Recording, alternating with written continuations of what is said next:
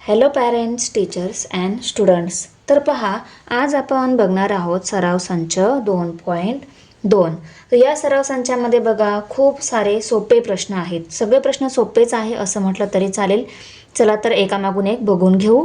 पहिला प्रश्न आहे, खाली दिलेल्या इंग्लिश वर्णाक्षरांच्या रेघांमध्ये काटकोन तयार झाले आहेत अशी वर्णाक्षरे शोधा. आता काय दिलेलं आहे, काही इंग्रजी वर्णाक्षरे दिलेले आहेत बघा, AENKLH हे दिलेले आहेत. त्यांच्यामध्ये आपल्याला काय शोधायचं आहे, कोणत्या वर्णाक्षरांच्या रेघांमध्ये काटकोन तयार झालेला आहे ते आपल्याला शोधायचं आहे. आता काटकोन रेघांमधून आपण कसा ओळखू शकतो, यासाठी आपल्याला काटकोन काय असतो, कसा असतो ते आपल्याला बघावं लागणार. तर चला थोडक्यात बघून घेऊ काटकोन कसा असतो, त्याच्या रेघांवरून आपण त्याला कसं ओळखू शकतो. आता बघा, इथं दिलेले आहे कोनांचे प्रकार, चित्रांवरून त्या कोनांचे प्रकार किंवा मापांवरून आपण त्या कोनांचा प्रकार कसा लिहू शकतो. बघा आता इथं जे दिलेलं आहे काटकोन, बघा हा काटकोन दिलेला आहे. येथे टिंब कोन तयार झाला आहे. काटकोनाचे माप टिंब असते. आता इथं कोणता कोन तयार झालेला आहे, हा काटकोन आहे बरोबर. तर काटकोनाच्या रेघा जर आपण बघितल्या, एक उभी रेघ दिसते आहे बरोबर, अशी एक उभी रेघ दिसते आहे आणि एक आडवी रेघ दिसते आहे. आडवी म्हणजे त्याला जोडूनच खालच्या बाजूने. तर ती कशी बघा, म्हणजे आपण असं म्हणू शकतो, एक उभी आणि दुसरी आडवी रेघ जिथं छेदते त्या तिथं जो कोन तयार होतो तो काय असतो, काटकोन असतो असं आपण म्हणू शकतो बरोबर. आता एक उभी आणि आडवी लाईन जिथं छेदते तिथं कोणता तयार होतो, काटकोन, हे आपल्याला कळालं. आता आपण दिलेल्या वर्णाक्षरांमध्ये, इंग्रजी वर्णाक्षरं जे दिलेले आहेत त्यांच्यामध्ये एक आडवी आणि उभी लाईन कुठं जॉईन होते आहे, कुठं छेदते आहे, तिथं कोन 90 अंशाचा म्हणजे काटकोन तयार होतो. ते आपण ओळखून लिहून घेऊ. दिलेल्या काही वर्णाक्षरांमधील मी E, L आणि H ही तीन वर्णाक्षरे इथं काढून दाखवलेली आहेत. हे तीनच का काढली, कारण यांच्यामध्येच काटकोन तयार होतो. बघा आता E ह्या अक्षरात काटकोन कुठे तयार होतो, इथं काय होत आहे, आडवी आणि उभी लाईन. तुम्ही म्हणाल मॅडम तुम्ही उभी आणि आडवी दाखवली होती. उभी आडवी असो किंवा आडवी उभी असो, दोघांमध्ये काय होतं, 90 अंशाचाच कोन तयार होतो बरोबर. आता बघा इथे एक तयार झाला, त्यानंतर दुसऱ्या खालच्या बाजूने पण इथे पण काटकोन तयार होतो आणि इथे पण. म्हणजे ई या वर्णाक्षरामध्ये पूर्ण टोटल किती होतात, 4 काटकोन तयार होतात. यल या वर्णाक्षरामध्ये बघा इथं एक उभी आणि आडवी लाईन जॉईंट झालेली आहे, इथं पण काय होतो, काटकोन तयार होतो. नंतर यच ह्या अक्षरात बघा इथे इथे इथे आणि इथे 4 काटकोन तयार होत आहेत. आणि दुसरे अक्षर जे आहेत ANK यांच्यामध्ये होत नाही, कारण त्यांच्यामध्ये बघा उभी आणि आडवी लाईन दिसते का, तिथे आपल्याला काटकोन दिसत आहे तर नाही. N मध्ये पण नाहीये, इथं N मध्ये लघुकोन होत आहे.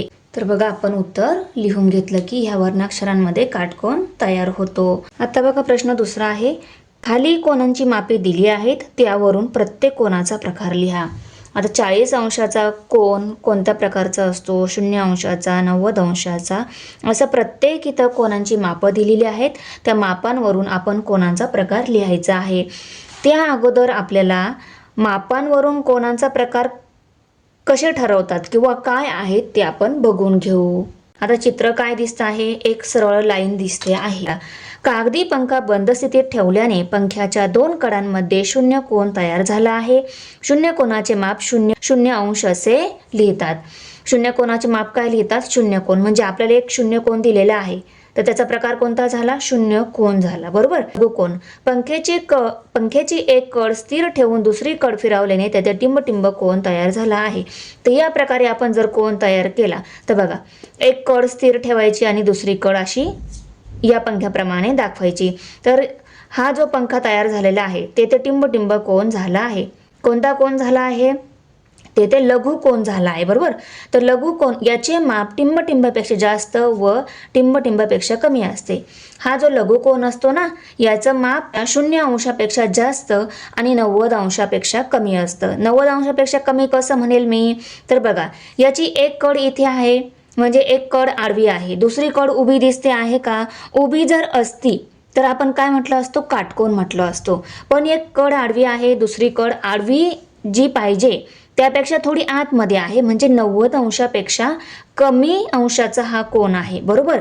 मग आपण इथे लिहू शकतो तेथे लघुकोन झाला आहे. याचे माप 0 अंशापेक्षा जास्त व 90 अंशापेक्षा कमी असते. 90 अंशापेक्षा कमी कसं आहे हे आपण काटकोनावरून ठरवलं, बरोबर. आता इथे कोणता, येथे काटकोन तयार झाला आहे, याला आपण म्हणू काटकोन. कोन पुढे दिलेलाच आहे. काटकोनाचे माप किती अंश असते? 90 अंश, बरोबर. आपण बघितलं की एक आडवी रेषा, एक उभी रेषा जिथं छेदते तिथं कोणता कोन तयार होतो? काटकोन तयार होतो. आणि काटकोनाचं माप 90 अंश असतं आपण पाहिलं. त्यानंतर बघा, या प्रकारचा कोन हा किती आहे? 90 अंशापेक्षा जास्त आहे, कारण तो इथून पूर्ण इथपर्यंत आहे. इथून इथपर्यंत म्हणजे एक उभी आणि एक आडवी रेषा जिथं छेदते तिथं 90 अंशाचा कोन तयार होतो. आता एक आडवी रेषा तर आहे, पण एक उभी रेषा, एक तिरपी रेषा आहे, ती कशी तयार होते बघा. आता ही एक आडवी रेषा आणि दुसरी उभी रेषा जी पाहिजे त्यापेक्षा थोडा पुढं गेलेला आहे. आता याच्यामध्ये हा जो कोन तयार झालेला आहे 90 अशी असते, बरोबर. 90 पेक्षा थोडी पुढं गेलेली आहे, म्हणजे आपण ह्या कोनाला काय म्हणू शकतो? 90 अंशापेक्षा मोठा असलेला कोन, बरोबर. हा 90 अंशापेक्षा मोठा आहे, मग आपण इथे काय म्हणू? याचे माप 90 अंशापेक्षा जास्त व 180 अंशापेक्षा कमी असते. 180 कसं होणार बघा, हा असा 180 असतो. जेव्हा दोन्ही कडा ज्या अशा सरळ स्थितीत राहतात तेव्हा त्याला आपण काय म्हणतो? 180 अंशाचा कोन किंवा सरळ कोन असं म्हणतो. बघा इथं खाली दिलेला आहे सरळ कोन. सरळ कोनापेक्षा कमी असलेला असं आपण म्हणू शकतो. म्हणून आपण इथे काय लिहिलं? 180 अंश. हा काय असतो? सरळ कोन 180 अंशाचा असतो. बघा, ज्याचे माप 180 अंशापेक्षा कमी व 90 पेक्षा जास्त असते त्या कोनाला काय म्हणतात? विशाल कोन. तर आपण इथे लिहू विशाल कोन तयार झाला आहे. याचे माप 90 अंशापेक्षा जास्त आणि सरळ कोन 180 असतो त्याच्यापेक्षा कमी असते. आता हा सरळ कोन आहे. इथं माहिती वाचल्यानंतर आपल्याला कळालं सरळ कोन म्हणजे या पंख्याच्या दोन्ही कडा जर अशा सरळ रेषेत जर आल्या तर तेव्हा दोन्ही कडांमधला जो कोन तयार होतो तो कोणता कोन होतो? सरळ कोन. आपण ही रेषा सरळ तयार होते यावरून पण आपण सरळ कोन लक्षात ठेवू शकतो. सोपं आहे. त्यानंतर बघा, या चित्रात तयार झालेला कोन प्रविशाल कोन आहे. कोणता आहे हा? प्रविशाल कोन. विशाल कोनापेक्षा पण मोठा, म्हणजे प्रविशाल कोन का म्हटलंय? विशाल म्हणजे मोठा असा अर्थ होतो, बरोबर. प्रविशाल का म्हटलं आहे? कारण हा मोठ्यापेक्षा पण मोठा म्हणजे सरळ कोनापेक्षा पण मोठा असतो. आणि याचा अंशामध्ये माप जर बघितलं तर 180 पेक्षा जास्त व 360 अंशापेक्षा कमी असतं. म्हणजे 180 ते 360च्या दरम्यान ज्या कोनांचं माप असतं त्या कोनांना काय म्हणायचं? प्रविशाल कोन म्हणायचं. येतं लक्षात? प्रविशाल कोन हा पंख्याचा जर करायचा ठरवला तर असा येईल, बरोबर. 180 अंशापेक्षा मोठा आणि 360 अंशापेक्षा कमी असेल तर तो काय झाला? प्रविशाल कोन झाला. आता बघा, चित्रामध्ये पंखा पूर्ण झालेला दिसतो आहे. पंखा पूर्ण अशा प्रकारे, बरोबर. दोन्ही कडा जर तंतोतंत जोडल्या गेल्या तर याच्यामध्ये 360 अंशाचा कोन तयार होतो. आणि 360 अंशाचा कोन म्हणजेच काय असतं? पूर्ण वर्तुळ असतं, हे आपल्याला माहिती आहे. तर इथे वर्तुळ तयार झालेलं आहे. वर्तुळालाच काय म्हणतो आपण? पूर्ण कोन असं म्हणतो. आणि पूर्ण कोनाचं माप 360 अंश असतं, हे आपल्या लक्षात आलं. आता आपण दिलेल्या कोनांच्या मापांवरून त्यांचे प्रकार लिहून घेऊया. तर बघा, पहिलं दिलेलं आहे 40 अंश. 40 अंशाचा कोन कोणत्या प्रकारचा असतो? तर 40 अंश म्हणजे 90 काटकोनापेक्षा छोटा. आणि काटकोनापेक्षा छोटा असलेला कोन कोणता? लघु कोन. तर आपण इथे लघु कोन लिहून घेऊ. आता 0 अंश असलेला कोन कोणता असतो? शून्य कोनच असतो. आपण पाहिलं तर याचं पण आपण उत्तर लिहून घेऊ. हा 0 कोन, त्यानंतर हा काटकोन, हा 90 अंशापेक्षा जास्त आणि 180 अंशापेक्षा कमी, हा कोणता असतो? विशाल कोन असतो. कोणता प्रकार येणार? हा विशाल कोन. हा सरळ कोन. सरळ कोन कसा असतो? मी तुम्हाला सांगितलं. सरळ कोन असा असतो, बरोबर. त्याच्या दोन्ही कडा एकदम सरळ रेषेत असतात, त्याला काय म्हणतात, सरळ कोन. आणि सरळ कोनानंतर जो 245 अंशाचा जो कोन दिलेला आहे तो कोणता आहे, प्रविशाल कोन.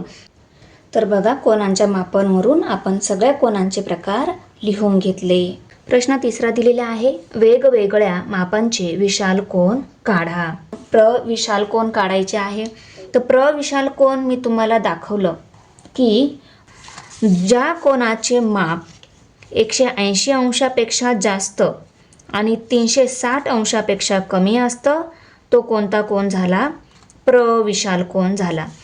360 अंशापेक्षा छोटा आणि 180 अंशापेक्षा मोठा असलेला कोन कोणता असतो, प्रविशाल कोन असतो. आता आपल्याला वेगवेगळ्या मापांचे काढायला लावलेले आहे. आता 180 अंशापेक्षा जास्त म्हणजे तुम्ही 190 पण घेऊ शकता, 191, 180 अंश जास्त म्हणजे 181 पण घेऊ शकता, 82, 83 किंवा 190, 200, 210, 220 जे माप आवडेल यांच्या दोघांच्या दरम्यान. 180 पेक्षा जास्त म्हणजे 181 पासून 59 पर्यंत, 181 पासून 359 पर्यंत कोणत्याही अंशाचा कोन तुम्ही काढू शकता. पण 81, 82 हे मोजायला खूप किचकट जातं, हो की नाही. त्यापेक्षा आपण काय करू, 200 आणि 220 ह्या अंशांचे कोन आपण काढून घेऊ. तर आपल्याला पहिला काढायचा आहे 200 अंशाचा कोन आणि दुसरा आपण काढणार आहोत किती, 220 अंशाचा कोन. चला, तर कसं काढायचं, पहिल्यांदा आपण एक छोटी लाईन मारून घ्यायची. लाईन ही काय मारायची, शक्यतो उजव्या साईडला मारायची, कारण तिथून आपण काय करत असतो, कोन दुसऱ्या डाव्या साईडला मोजत जात असतो. म्हणून आपण लाईन काढताना या पान जे आहे त्या पानाच्या उजव्या बाजूला जसं इथून इथपर्यंत अशी एवढी मी अशी एक लाईन काढून घेते आहे, काढून घेतली. त्या लाईनीचा हे जे टोक आहे डाव्या बाजूचं त्याला मार्क करा आणि उजव्या बाजूचं जे टोक आहे त्याला मार्क करायची गरज नाही, फक्त डाव्या बाजूच्या टोकाला मार्क करा. मार्क केल्यानंतर आपण कोन मापकाच्या सहाय्याने काय करणार आहोत, माप मोजणार आहोत. आणि हे जे लाईन मारली आपण त्या लाईनीचा डाव्या बाजूचा जो भाग आहे तो पण आपण काय दाखवणार आहोत, डॉटेडनी दाखवणार आहोत. आणि डॉटेडनी का दाखवायचा, कारण त्याला आपल्याला नंतर खोडून टाकायचं आहे ना, खोडरबराच्या सहाय्याने. त्यासाठी आपण थोडक्यात लक्षात येण्यासाठी मी तुम्हाला काय ही इकडची साईड डॉटेड मध्ये दाखवायला लावली आहे. येते लक्षात. अशा प्रकारे लाईन मारून घेतल्यानंतर हा कोणता 180 अंशाचा कोन तयार झाला. यांच्यामध्ये इथं त्यांचा मध्यभाग आहे आणि दोन्ही साईडला हे जे इथून असा इथपर्यंत समजा कोन मापक जर असं आपण ठेवलं तर आपल्या काय लक्षात येणार आहे, हा झाला सरळ कोन आणि सरळ कोन असतो 180 अंशाचा. आता आपल्याला 200 अंशाचा कोन काढायचा आहे. तर 180 मध्ये आपल्याला किती मिळवावे लागणार, तेव्हा आपल्याला 200 अंशाचा कोन तयार होणार आहे. याच्यामध्ये आपल्याला आणखी 20 मिळवावे लागणार, तेव्हा आपल्याला काय होणार आहे, 200 अंशाचा कोन. म्हणजे आणखी याच्या पुढे या बाजूला आपण काय करणार, आणखी 20 अंश त्याच्यामध्ये मिळवणार. मग ते 20 अंशाची मार्क केल्यानंतर आपण ही मधली मार्क खोडून टाकणार. आता बघा, इथून इथपर्यंत 180 झालं, आपण असं धरलं होतं. त्याच्यानंतर आपल्याला परत असं धरायचंय. कसा कोन मापक आपण असं धरणार. असं धरल्यानंतर हा जो बिंदू आहे तो बिंदू ह्या बिंदूवर मॅच करायचा. येतंय लक्षात. आणि ही जी लाईन आहे ती ह्या लाईनवर मॅच करायची. बघा मी कसं करते आहे. तर याच्या पुढचे आपल्याला काय आहे, 180 मध्ये आपल्याला 20 डिग्री मिळवायची आहे, तेव्हा आपल्याला 200 डिग्री होणार. म्हणजे तो आपला काय होणार, प्रविशाल कोन होणार. प्रविशाल कोन होण्यासाठी आपण त्याच्यामध्ये आणखी 20 डिग्री मिळवणार आहोत. तर आता इथून इथपर्यंत झाले 180, त्याच्यामध्ये आणखी 20 मिळवायचे आहे. इथं 0 आहे, 10 आणि 20 इथपर्यंत, बरोबर.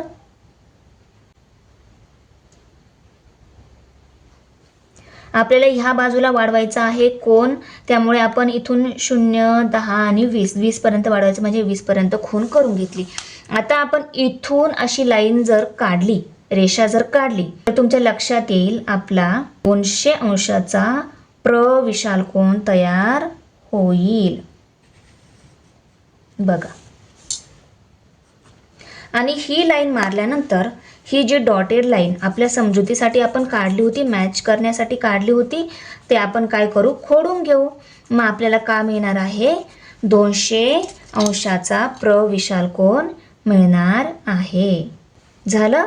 आता आपण इथे असं कोणाचं जे कोण ज्या प्रकारे दाखवतो त्या प्रकारे दाखवून घेऊ. 200 अंश ABC. आता आपण इथे लिहू कोन ABC बरोबर 200 अंश आणि आपण इथे लिहू प्रविशाल कोन. आता आपण 220 अंशाचा प्रविशाल कोन काढून घेऊ. आता 220 अंशाचा प्रविशाल कोन काढण्यासाठी सुद्धा आपण काय करणार, अगोदर एक लाईन मारून घेणार. जसं आपण बिंदूपासून उजव्या बाजूला मारली होती तशीच आपण आता इथे सरळ रेषा मारून घेणार आहोत.